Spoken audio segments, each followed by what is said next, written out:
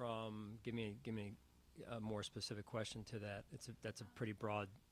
I guess kind of that broad of just, is there anything this week that you think the conversation should steer towards within teams or the league of changing from this? Well, I mean, listen. I'm not up here on any type of grandstand saying that that I'm perfect or what we do is perfect. You just try and do what's right. I'm not going to get into. I don't know, to be honest with you, everything about those situations respectfully, so I'm going to refrain from commenting on those. But just overall, we try and do what's right. But again,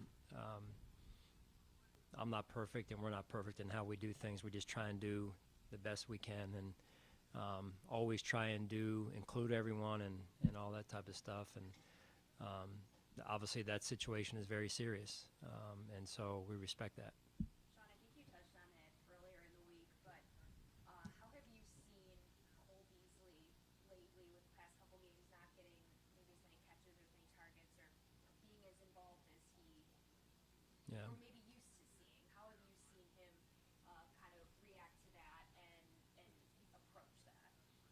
Yeah, I mean, he's been a pro. It's hard when you don't get the football, and I get that.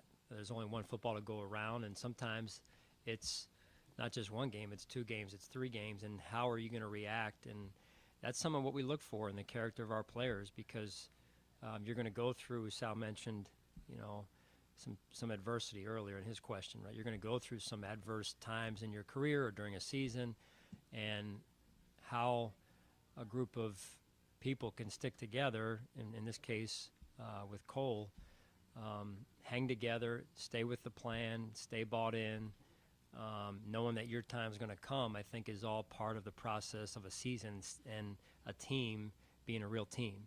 And to this point, Cole has been very professional in his way that he's handled it, the last couple of games in particular, and I expect the same moving forward. So we'll just see where this week goes. Sean, the Titans added Julio Jones this offseason. How does he change the dynamic of the offense? Yeah, I mean, when you look at their offense, they've got a great combination of skill in the backfield, skill outside, which makes them very hard to defend that way. So,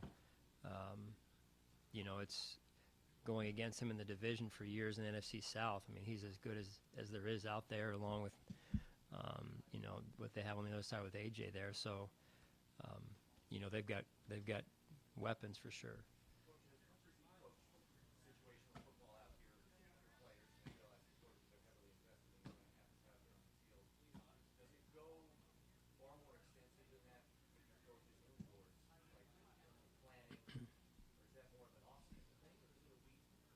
Give me the first part of your question again, Chris.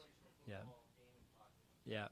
No, we try and do the best we can. I mean, it's I can tell you it's always a challenge. It's easier when you're watching it on TV, even when I watch it on TV, and another coach is out there. But it's harder when you're going through it and there's 10 seconds to process a lot of information and then make the right call for your team and try and do the best you can. Mark Lubick, Dennis Locke, I count on those guys a lot, and we're always researching different situations that we can learn from around the league and try and make sure we grow from those situations as well. Yeah. Right. Yeah, we try to. But you think you know the game, then every year or sometimes weekly a new thing pops up that you try and at least talk about. Like we'll meet as a staff today, and part of our meeting, tomorrow will be about new situations that popped up around the league. So, and part of it's educating the staff also, not just us 3 or 4 with the coordinators, but the staff as well. On that note, do you try to watch any of the Sunday games live when you have the Monday night game? Yeah, I'll watch it. College, because the situations tend to be rather similar, even though it's college versus pro, or sometimes even high school. Things pop up in high school games that you hear about that you try and learn from or talk about a little bit more. When's the last time you had a high school game? I go to the high school games around here, Orchard Park from time to time, and So we're always trying to learn. I think that's the cool part about it, trying to evolve, is you're always learning from different experiences.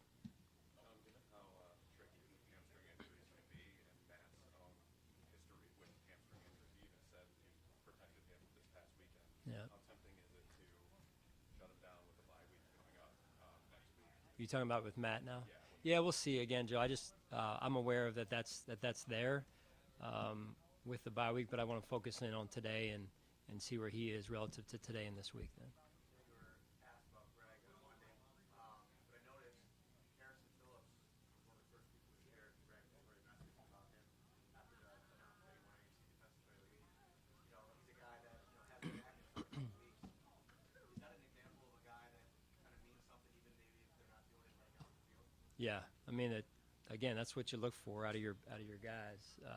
Just checking my time here. I mean, it's a journey every year to, as a team, as an individual, as a coach. There's going to be weeks where you're feeling really good, you're in the lineup, and there's moments when I didn't play to my ability, didn't coach to my ability, and then you got to reset and stay professional and stay positive and continue to put the team first in that very unselfish way. So I'm very appreciative of Harrison's approach that way, as well as many others. All right, thanks, guys.